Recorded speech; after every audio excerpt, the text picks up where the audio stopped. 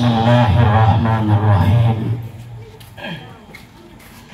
Assalamualaikum warahmatullahi wabarakatuh.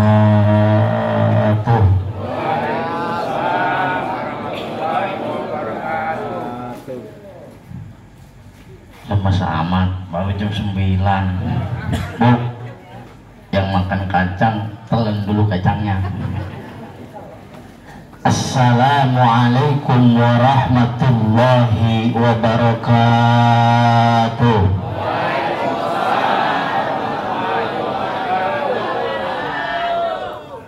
Alhamdulillah.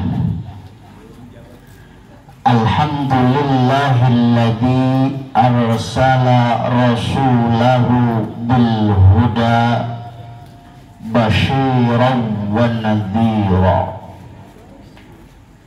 wa da'iyan ilallahi wa sirajan munira.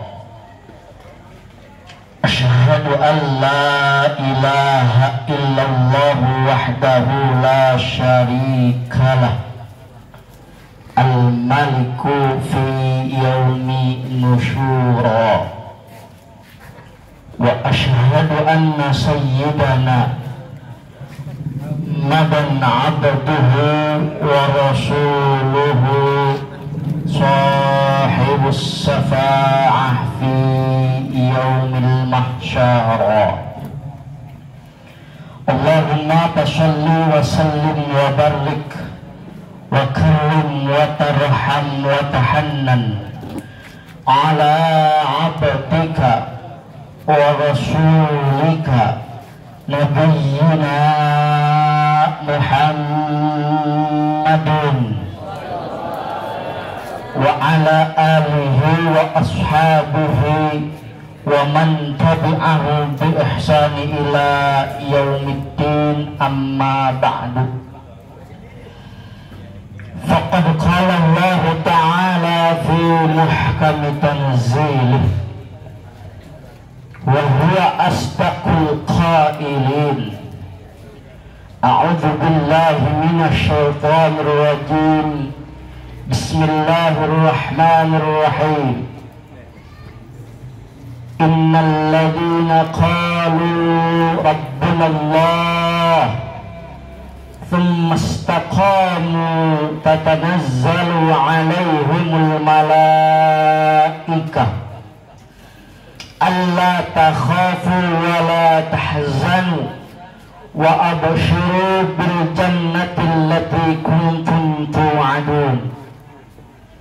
Wa qala nabiyyuna Muhammadin sallallahu alaihi wasallam, man ahabba an yubsata fi rizqihi wa an yunsa'alahu fi atharihi falyasil rahimahu. Wallahu a'lam bimuradih. Nasrun minallahi wa fathun qarib wa basyiril mu'minin. Innahu min Sulaimana innahu bismillahirrahmanirrahim. Alla ta'lu alayya wa'tuni muslimin. Warrahmanul Quddusul Ba'isu Muqtadiru Rabbi syahri sadri. Amin. Wa yassirli amri wahlul uqdatan min lisani yafqahu qawli. Ya Hannan ya Mannan ya Dzal Jalali wal Ikram. Amin ya Rabbal. Kalau udah amin berarti udah beres. Belum baru naik. Ibu bapak hadirin rahimakumullah, yang pertama-tama yang saya hormati dan saya muliakan Bapak Ketua RW 09 Kandidat Dr. Aswandi Pohan SHMH. Amin. Dan lagi dari dokter bu ngikutin saya dia. Kata dia, masa anak muda dokter gua kagak. Yang saya hormati jajaran panitia Bapak Heri MPD dan juga para ketua RT dari mulai 1 sampai 7 yang tidak dapat saya sebutkan, namun insya Allah tidak mengurangi rasa hormat saya kepada Pak RT, Bapak Babinsa dan juga Binamas, Bapak ibu-ibu PKK ada ya? Ibu Syandu, Dawis ada Dawis. Di Tangerang ada Dawis? Dawis ada Dawis? Ada. Dawis apa? Oh, Dawis apa? Kan nggak tahu. Para tamu undangan wabil khusus Ketua DKM Masjid Miftahul Fallah, Bapak Heri dan juga para struktur jamaah yang lainnya, para asatid wal asatidah, ibu-ibu majelis taklim dan juga para ketua majelis taklim, hadirin wal hadirat, as'adakumullah. Puji syukur kita panjatkan kepada Allah Rabbul Jalil, yang mana dengan kesempatan hidayah, taufik, inayah, fadilah, anugerahnya, malam ini kita masih diberikan kesehatan, nikmat, cucuran karunia, sehingga bisa dapat sama-sama duduk bersimpuh, bermuajahah di tempat yang penuh dengan barokah. Mudah-mudahan kumpulnya kita yang hadir di tempat ini nanti rumah tangganya diberikan kebarokah, anak-anaknya soleh dan solehah, bisa kebeli rumah dan sawah, tahun depan bisa berangkat haji dan umroh, bapaknya bisa istiqomah. Amin katanya Pak. Tahu istiqomah? Istiqomah, istri 3 ditempatin rumah. Tadi katanya amin. Boleh lakinya kawin lagi? Enggak dulu katanya. Ibu bapak hadirin rahimakumullah, salawat beriring salam mudah-mudahan selalu tercurahkan keharbaan junjungan Nabi besar kita Muhammad sallallahu alaihi wasallam, Nabi akhir zaman yang membawa amanah, tak pernah khianat dari dunia sampai hari kiamat, habibana wa nabiyyana Muhammad. Mudah-mudahan kita selaku umatnya, pengikutnya yang cinta akan sunnahnya, yang rindu akan sosoknya, yang selalu mengikuti dan mengingat namanya kelak di padang mahsyarnya Allah Rabbul Jalil, kita mendapatkan bagian yang namanya syafaatul uzma. Amin ya rabbal alamin. Karena kita kumpul di sini pada hakikatnya adalah digerakkan oleh Allah Jalla Jalaluhu wahdah. Secara syariat ini adalah undangan dari Bapak RW yang turun kepada panitia pelaksana yang sudah berjibaku, berusaha dan berupaya untuk mengadakan halal bihalal pada malam hari ini. Tetapi secara hakikat kumpul duduknya kita di tempat yang mulia ini tidak lain dan tidak bukan mencari ridha Allah lewat jalan yang dikemas halal bihalal, yang isinya dengan pengajian atau mencari ilmu. Pengajian itu kalau bahasa Sundanya bahasan dari pengajian. Pengajian itu harga, pengaosan. Pengaosan itu artinya ngaos, ngaos itu harga. Makanya kalau pengen punya harga, pengen punya nilai, harus ngaji. Ngaji itu bukan hanya di masjid, ngaji itu bukan hanya di majelis taklim, ngaji itu bukan hanya harus berhadapan dan membawa kitab, tapi ngaji dalam retorika lebih umum dan global, bahwa kita kumpul di sini tidak lain dan tidak bukan adalah menuntut kewajiban kita selaku muslim dan muslimah, thalabul ilmi. Kalau misalkan masalah ngaji mah bapak-bapak mah udah nggak bakalan kalah sama ibu-ibu. Ini ibu-ibunya dikit doang nih, Bu. Kalau di sono kalau ngaji ibu-ibu tuh paling banyak. Ibu-ibu kalau ngaji Pak di sono di Cengkareng, di sini mungkin lagi pada ngantuk kali mah. Kalau di Cengkareng ibu-ibu pengajinya itu banyak banget. Yang ngaji Senin ada, yang ngaji Selasaan ada, yang Rebo ada, Kamis ada, malam Jumat ada, malam Sabtu ada. Paling dekat sama katanya. Tiap ngaji, tiap majelis taklim seragamnya beda-beda. Selasa emping, hari Rebo hijau, Kamis kuning, Jumat ungu, malam Sabtu warnanya merah, malam Senin warnanya putih-putih. Atuh, itu yang ini belum lunas, ini udah ngambil lagi. Kita selalu ngaji, bajunya rupa-rupa, hidungnya rupa-rupa. Atuh suaminya kena penyakit paru-paru. Di sono, di Cengkareng. Kalau di sini insya Allah kagak urusan. Kalau cuma tibang baju doang maka kata saya lah halus. Di sono, kesian banget lakinya, mana lakinya ngocek ya Pak. Bininya kan kayak di sono, kalau di sini enggak, insya Allah enggak. Saya mau ngomongin di sono. Bajunya rupa-rupa, mana lakinya ngojek, mana ngojek lagi sepi, mana bininya pengen yang udah mah kalau kan ibu-ibu mau saya bilangin ya Bu, ini bukan di sini, jangan ke sini. Di sono ada ibu-ibu mana jamaah saya, mana lakinya ngojek, mana bininya udah kayak orang kaya banget, kayak orang kaya baru OKB. Kan kesian lakinya udah begitu ngambil baju ke sono kemari, katanya bang ini baju belum lu bayar, kata lakinya gue ngajak lagi sepi neng, lu mengaji aja apa udah jangan pada bawang baju mulu, katanya gue pulang kalau gua, laki lagi ngojek kesian. Ngaji yang bener, bukan buat main banyak-banyakan seragam, akhirnya seragam kagak dipakai. Akhirnya lakinya kesel bang, begitu lakinya ngojek kali bawa 200.000, begitu digeblok-geblokin lagi mau bini. Ya abang ngomong kebetulan banget menjadi laki, ngomong jadi laki lo kayak PRW, dia mana bisa banyak dari duitnya, duduk bang juga dari sekardus. Jadi beda, jangan suka banding-bandingin laki. Ibu sono ya. Akhirnya lakinya kesel banget, gue bawa duit 250.000, besok mau udah dah. Besok nih, gue insya Allah dapet duit banyak. Begitu pulang Pak, Assalamualaikum. Waalaikumsalam, kata bininya. Bang udah pulang tumben jam 4. Iya udah pulang. Tumben ini bawa duit banyak kan, 4,5. Iya tadi narik lagi rame. Motor mana lo gue jual. Duit 4,5 motor dijual. Buat laki emang besok mau narik sama kayak apa bang? Mau naik ke sepeda besok.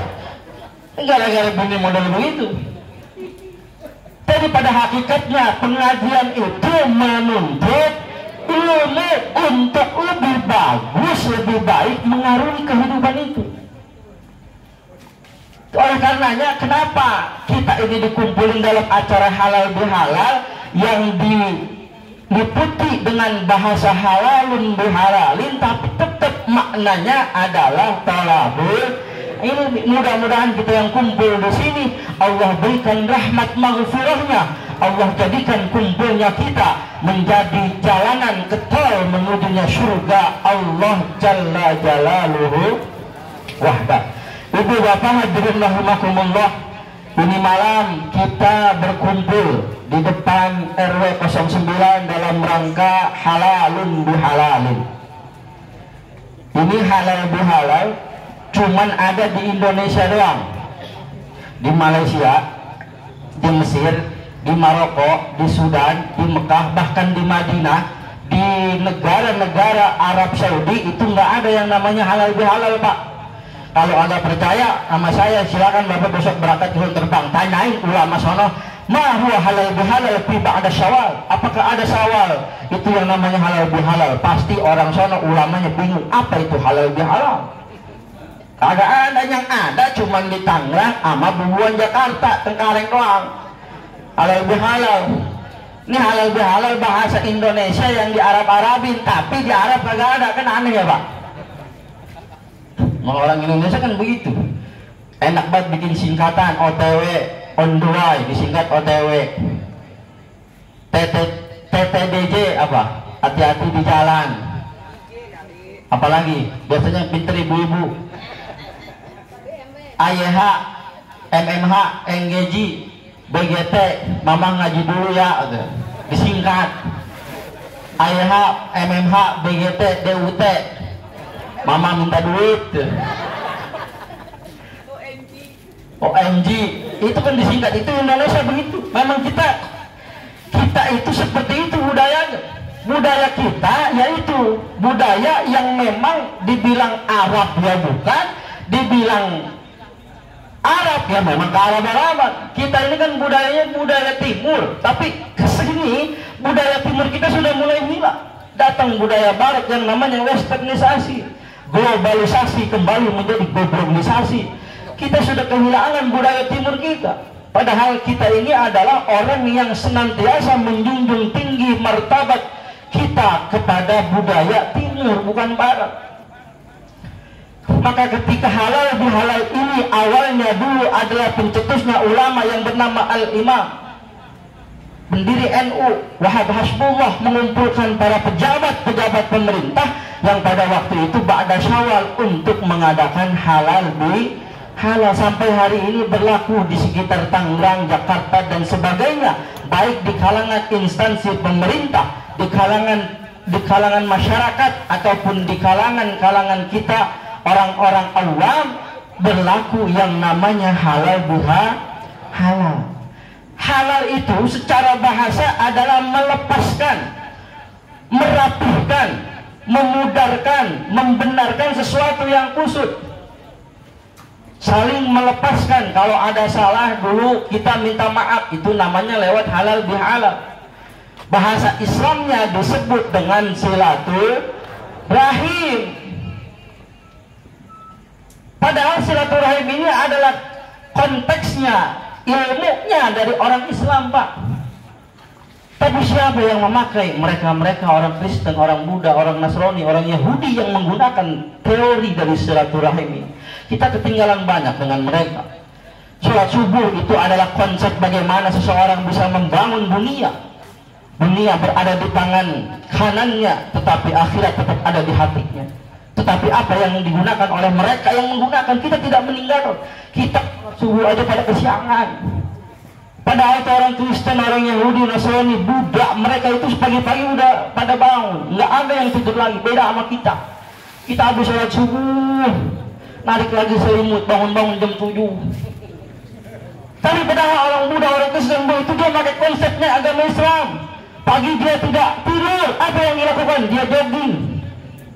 Mending kalau ibu-ibu sini mah, kalau ibu-ibu sana mah habis sholat subuh ada yang baca surat Yasin. Di sini sama begitu. Oh, alhamdulillah. Ibu-ibu rumah sana baca surat Yasin habis sholat subuh. Bismillahirrahmanirrahim. Yasin wal Qur'anil Hakim. Rumah belas sana ngaji lagi. Idza waqa'atil waqi'ah laisa liwaqa'atiha kadhibah khafidatur rafi'ah. Rumah belas sana ngaji lagi tabarakalladzi biyadihi malakutu kulli. Terus berasal ngaji lagi terus ama Bismillahirrahmanirrahim liilafi Quraisyin ilafihim rihlatash shita'i was-shayf. Yang berasal sholawatan Allahumma sholli ala sayyidina Muhammadin sholatan tibbil qulubi wa dawaiha. Yang berasal sholawatan juga Allahumma sholli ala sayyidina Muhammadin tamla'u biha nuran wa salahan wa sururan wa tarzuqana. Itu yang bagus, harus dipakai. Nah, konsep silaturahim ini dipakai oleh orang-orang Nasrani, orang-orang Yahudi, cuman beda namanya. Apa namanya? Family gathering. Family gathering itu silaturahim. Apa bahasa family gathering? Biasa kan kalau ada yang membuat bus tulisannya family gathering, itu silaturahim, Bu. Bahasa lain dari silaturahim adalah networking, mencari jaringan sehingga mereka saling mengenal, sehingga mereka saling membantu satu sama lain. Terjalinlah yang namanya kerjasama untuk membangunkan dan membesarkan umat mereka antara individu ataupun berkelompok. Padahal itu konsepnya silaturahim. Siapa yang ngajarin? Baginda Nabi besar Muhammad Sallallahu Alaihi Wasallam. Cuma kita nggak paham bahwa silaturahim itu adalah family gathering yang dipakai oleh mereka orang Yahudi dan Nasrani. networking yang dipakai oleh Amerika Serikat bagaimana menjadi membesar suatu negara, padahal pada hakikatnya family gathering ataupun networking yang disebut dengan silaturahmi. Kita ketinggalan zaman. Kenapa? Karena kita lebih lecet di bawah. Sama tetangga ribut gara-gara cuman comberan doang, mampet ribut sama tetangga. Ada yang begitu ada di sini? Insya Allah begitu, cuman gara-gara comberan doang tetangga ribut sama tetangga, dipanggil Pak RW emang pusing. Emang yang paling capek pengurus pejabat itu RW RT, Pak. Makanya mudah-mudahan Pak RW, Pak RT kita ini diberikan kesehatan oleh Allah. Allah panjangkan umurnya, Allah berkahkan kehidupannya, Allah maslahatkan dan manfaatnya selama hidupnya untuk mengemban amanah dalam rangka mencari ridha Allah, dan apa yang telah diberikan, yang telah dijunjung oleh Pak RT, Pak RW ini menjadi nilai-nilai ibadah di hadapan Allah Jalla Jalaluhu wahdah. Ini penandasnya ribut cuma gara-gara comberan doang datang ke Pak RT, Pak RW. Udahan kalau kagak dapat sembako mah sama beras raskin. Pak RT, Pak RW yang dikejar-kejar kagak dapat duit bantuan orang yang sudah jompo tua usia 60 ke atas, datengin Pak RT, kesian Pak RT, Pak RW ini. Kalau gara comberan ribut, akhirnya kita lupa bahwa agama kita sudah terbelakang ketimbang dengan agama-agama lain yang konsepnya telah meniru dari agama Islam. Gara-gara comberan mampet ribut sama tetangga, gara-gara parkiran. Padahal hidup ini sebenarnya nyari apa sih? Dulu saya di kampung saya, ketika saya taklim subuh, saya terlalu berani, bodo amat. Di Jakarta, saya DKM masjid juga, Pak. DKM Masjid Jamilatul Taqwa yang luasnya 1000 meter. Ketuanya saya. Ini berapa meter? Kalau saya punya 1000 meter di sana. Ketuanya saya. Itu pada subuh pengajian. Saya bahas tentang bagaimana nilai sosial kehidupan kita bermasyarakat. Hidup itu jangan pada ngegede-gedein ego, yang ono ego, yang ini ego, nggak mau kalah. Gua pejabat, gua orang kaya, gua duitnya banyak. Akhirnya kalau main gede-gedein ego, yang menang siapa? Yang ketawa siapa? Yang tepuk tangan siapa kalau main gede-gedein ego? Yang ketawa, yang seneng, yang jurang saya, setan. Orang semua maunya. Cuman gara-gara ngebangun rumah, kalau di Jakarta ngebangun rumah pada maju semua, puyang kepala saya. Padahal itu Pak Bu, mohon maaf ini saya kasih tahu kenapa. Kalau bangun rumah emang bawaannya begitu, pengennya serakah, pengen udah. Padahal jaraknya cuma 30 cm. Cuma 30 cm masih aja terus maju ke depan. Akhirnya apa? Jalanan diambil. Yang tadinya buat masuk mobil jadi kagak masuk. Udah diambil ke depan, belum ditaruhin pot yang lebihnya kurang lebih 20 cm. Makin habis jalanan. Mobil mau lewat rungsep. Padahal itu jalanan dulu, kata RW-nya yang dulu pertama kali ada 6 meter, sekarang 4 meter. Kemana yang 2 meter? Emang pada brengsek banget kata saya. Itu saya pengajian begitu, Pak. Beres pengajian jam 6 ada yang nge-WA saya, Pak Ustadz bagus bahasannya. Emang apa? Ada yang pada begitu, jalanan pada dipakai buat rumah, akhirnya sempit. Tadinya 6 meter rumah saya mau ke depan, kalau 6 meter mobil mau papasan nggak pakai repot mikir mindahin motor, tapi karena rumahnya pada maju sekarang tinggal 4 meter. Ini orang-orang yang begini, padahal itu dosanya itu luar biasa. Sebab apa? Itu adalah hak orang yang kita ambil. Jalanan itu jutaan orang yang akan melewati, seharusnya bukannya dia ngambil, tapi dia berikan sedekah, dia wakafkan untuk jalan, bukan malah ngambil jalan. Ini orang sekarang pada pulang balik. Tapi kalau dia ngasih jalan, orang meribut gara-gara jalan. Makin pokoknya di mana-mana. Di sini mungkin barangkali ada yang kayak begitu. Jual tanah, hitungannya ini dibayar, jalanan kagak dibayar, akhirnya makin maju di jalan. Padahal itu dosanya. Orang yang ngambil tanah umum, orang yang ngambil haknya orang lain, tanah itu 7 lapis tanah akan ngegencet dia dikubur, mau dikencet sama tanah. Ini besok yang rumahnya pada maju ke depan, bobok-bobokin aja PRW.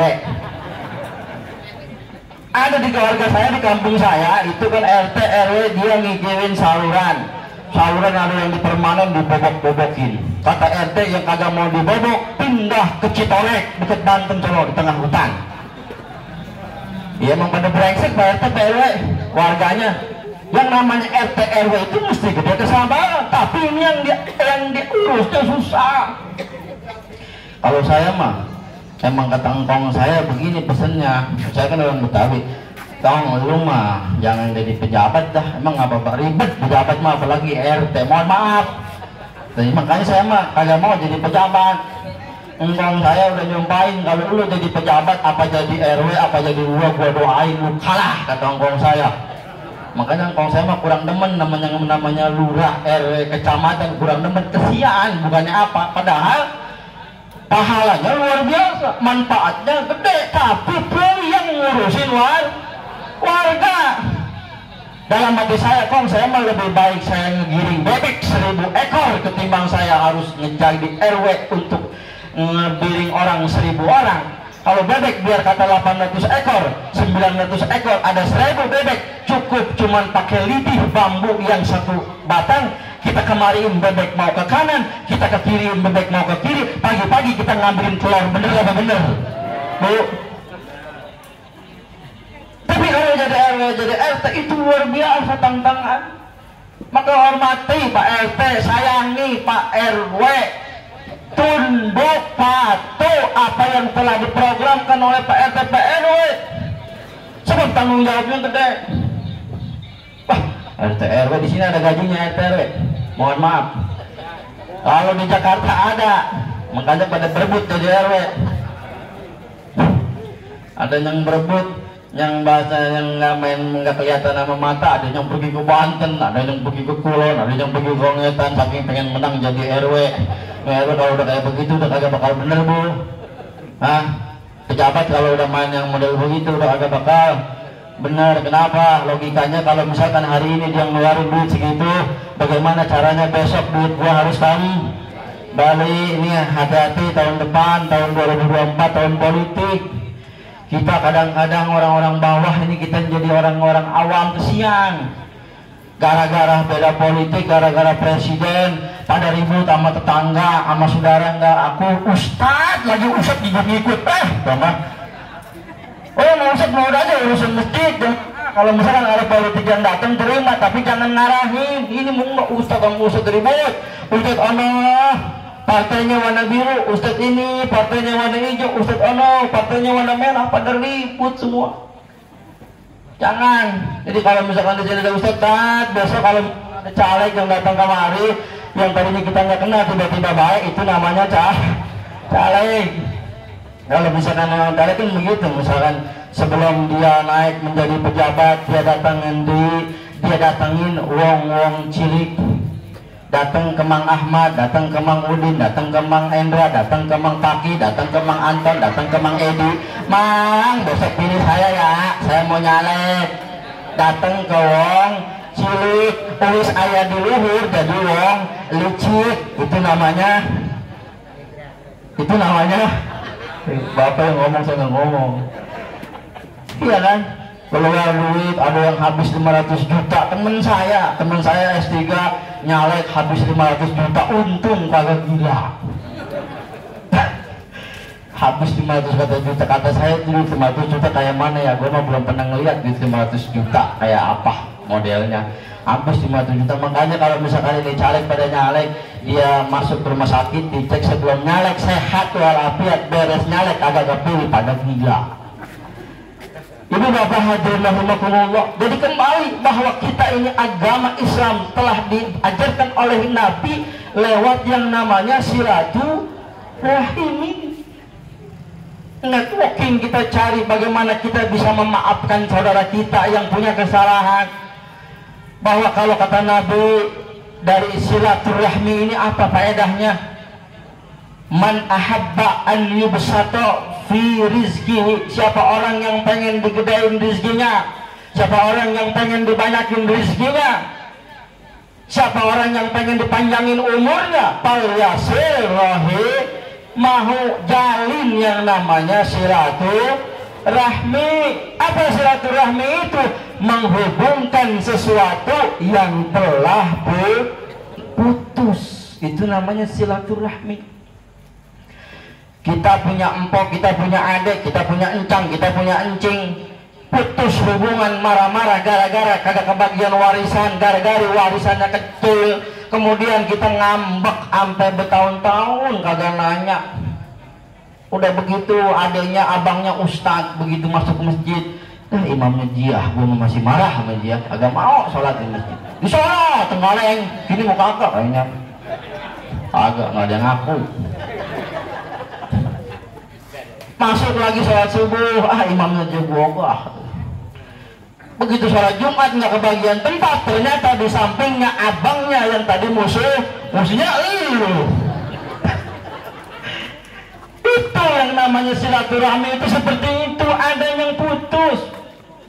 Kalau cuma tidak ada masalah, tidak ada problem, cuma salaman-salaman biasa meminta maaf, itu sih tidak ada nilai tambah, Bu. Makanya yang berat itu dalam silaturahmi, menghubungkan sesuatu yang putus. Dulu kita gara-gara sama tetangga, gara-gara comberan, gara-gara anak ribut, gara-gara mobil lecet ditunda di naruh pot, kita nggak bertanya, kita putus hubungan dengan tetangga, maka disambung lewat silaturahmi. Kata Nabi, falyasil rahimahu, ganjarannya Allah bakal berikan rezeki yang banyak. Rizki itu bisa bermakna hakiki, bisa bermakna majazi. Bagaimana makna hakikinya? Rizkinya akan bertambah uangnya, bertambah asetnya, bertambah tanahnya, bertambah anaknya. Itu rizki secara hakiki. Bisa juga rizki secara majazi. Majazi itu artinya ada manfaat dan maslahat di dalam kehidupannya. Hatinya diberikan ketenangan, diberikan ketentraman, diberikan kenyamanan di dalam hidupnya. Itu namanya rizki. Faedah yang kedua, orang yang rajin silaturahim, Allah bakal panjangin kita punya umur. Bu, pengen panjang umur apa pendek umur?